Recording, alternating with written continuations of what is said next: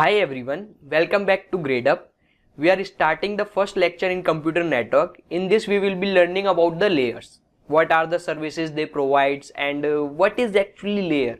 What is layer? So we will be seeing this and the functionality they provides. Okay, so let's start.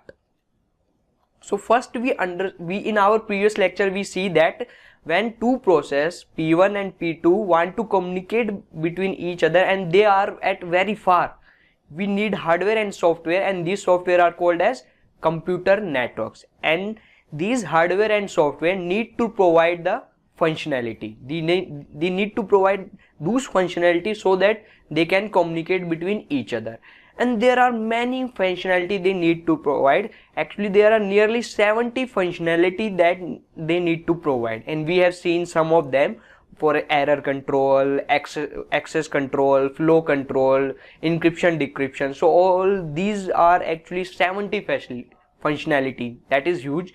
And what we actually need to do it, we have to identify those functionality which are of the same type, and we need to group them. So actually what layer is doing, they do some functionality, and we have combined those same type of functionality into a layer, and we are trying to implement these functionalities. So inside a layer we have some functionalities and they are related each other. That is why they are in a layer. For example, in physical layer, like we have to make sure that what are the link we should use and how data should be transmitted in physical layer. So the functionality related to this kind of thing will be in physical layer. So we have divided these 70 functionality into layers. Okay, and we have just named them. And there are various models that try to implement these 70 functionalities. Okay. And for example, one reference model is ISO OSI model. So in this model we will be having 7 layers, and we have another model like TCP IP, ATM. In TCP IP we have 5 layers. We have divided these functionality into 5 layers. In ATM we have different thing. So there are many reference model, but in this we are mainly focusing about this model or TCP IP model, which we are having 5 layers. Okay, so what these layers are? So first layer, either you start from here or either bottom, whatever you start, it is fine. I like to start from the bottom. So we have first layer as physical layer, data link layer and network layer, then transport layer and session layer, representation layer and application layer. So in each these layer we have combined those functionality that need to be provided. Related functionality we need to provide. So every layer provides some functionality, and in this way we make our work easy because we make it slightly structured way. So that's why it is easy to do that. And if you see these network layer, data link layer and physical layer, they are network oriented. Network oriented means actually they talk about network a lot. Like in physical layer we will be talking about cables and interfaces. In network layer we will talk about routers, so they make the packet to transmit there. So that is why in network layer, physical layer, all these are network oriented, and these are user oriented. Means suppose you are sending a message, so from a messenger you are sending a message, hi. So a data is coming from application layer. Data is coming from application layer. From this layer, these data will be provided to the transport layer, and transport layer, what it does, it if the data is huge, it's break it do the segmentation and provided in the same format that is required below, and data come here. But when a packet reach from that direction, from physical layer, data link layer. So you need to remember this. Okay, so try some kind of way so that you remember the order they are present in.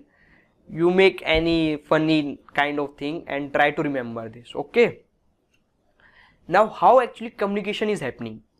So this is a network, I am calling it Vodafone network, and this is another network, I am calling it Google network.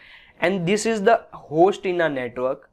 Okay, this is some host in a network, and this is another host in a network, and in a host there can be many processes that are running. So this is a process P1 and this is a process P2. Now suppose this is me, I am using Vodafone network, and in my computer I have a process and I wanted to using that process. Suppose I have web browser and wanted to communicate Google, www.google.com, www.google.com. I want to communicate. So what I will do, in the browser I will write www.google.com. So what will happen when I write www.google.com, it need IP address, because how I am going to identify my network that we need to send it to the Google network is using IP address. IP address has two parts. First part is known as network ID and second part is known as host ID.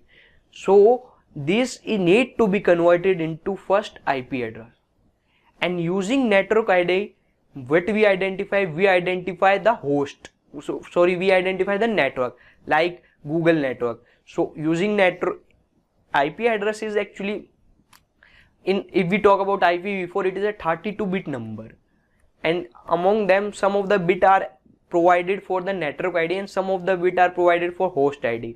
So when using this bit we identify the network, and using this bit we identify the host in the network, for example this host, but we don't there can be many processes in a store, we are not identifying the process.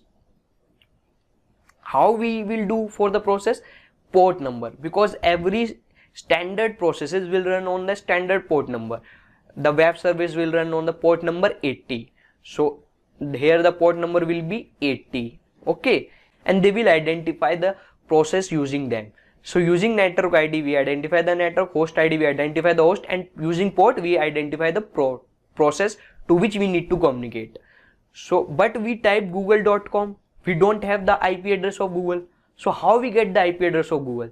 When this process trying to type google.com in a browser, what happens? First we send request to the DNS. DNS is domain name servers. So, and it is provided by our ISP, internet service provider. So internet service provider provide this service, domain name server, and our request will be sent to this first google.com, and it will send me the IP address of Google. So it takes some time. It is not, sometimes people call it as DNS overhead, because it requires some time and we want to make our communication very fast. So it takes some time, we get it, and after that what is happening, that we have many routers along with it, and there is whole network, lots of network, and it is from these network we get it. So when my packet, we get the IP address, then we send it to our nearest hop, it is known as hop, so or router, we send it to the default router, and then it will see the network ID bit, and then it identify the network to which it is sent. So it accordingly sent to the proper router, then this will do the same, then this will do the same, then this will do the same, and then we come to the Google network. And once we get it there, and here routers knows the host, they will see to which host it is sending, so it will reach that host, and from that, by looking at the port number in a header, we identified that this is for this process. So this is how actually we send a packet from process 1 to process P2. So you understand that IP address is very important, because using this we are able to identify the network, we are able to identify the host, and using port number we are able to identify the process also. So in this way we send the data. Now we will see what are the functionalities that each layer is providing. What are the related functionality they are providing? So in physical layer, actually what is happening, we will talk about the physical links, what wire should be used, or some people use optical fibers and some silver copper cable. So all these come inside the physical layer. We will be seeing the transmission mode, simplex mode. Simplex means you can send only in a one direction. Half means you can send both direction, but at a time you can send in only one direction. So this kind of thing we will be learning in physical layer. We will be seeing the topologies in physical layer and encodings. So when we start physical layer, this functionality is provided by physical layer. Data link layer, what functionality data link layer provide? First is provide flow control. I talk you what is flow control. You should always send that much amount of data that a receiver can handle. If you are sending lots of data that receiver cannot handle, then it will discard it. Then your data will not be sent. So what is the use of it? So that is why a sender must send that much of data that a receiver can handle. Okay.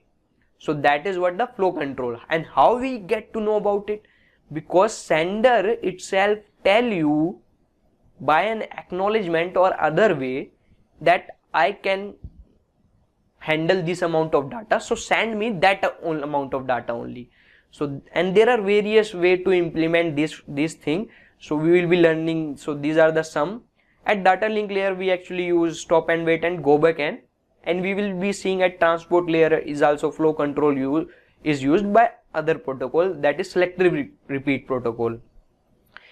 At transport layer for error control we use CRC, cyclic redundancy check. So we will be seeing that framing. So we framing is done at data link layer. Physical addressing, actually what is happening that, see the word written is here, hop to hop. So at data link layer we transmit it hop to hop. In this image, this is hop to hop. We are transmitting to each router by hop to hop.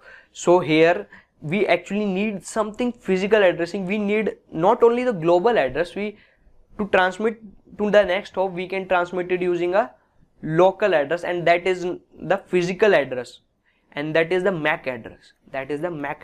So we will be using the MAC address to transmit the packet in a data link layer. And when we need to transmit to a network, then we need the IP address. But when we need to transmit inside the network, then we don't need the IP address. What we need the MAC address, and we will be seeing that in data link layer. Access control is also come under the data link layer. And what functionality network layer provide? It logical addressing. So here IPv4 and IPv6 comes. Okay, IPv6, and it in this way network layer help us to identify the network and the host. Then switching means that suppose at a router, you are at a router, so what path we should, so how to which path we should send the data, this come under the routing. And switching is also related to that, the packet switching and circuit switching. In packet switching what is happening that if you are trying to send the data in a packet, not in a huge amount, then it is efficient. And we will be learning in switching packet, we will be learning about switching, packet switching here, and circuit switching we will be also learning, and routing we will be learning to which part we should send so that it efficiently reach to the receiver. The shortest one and the pass have less traffic, obviously that to which we should use it. And for that we build the routing tables.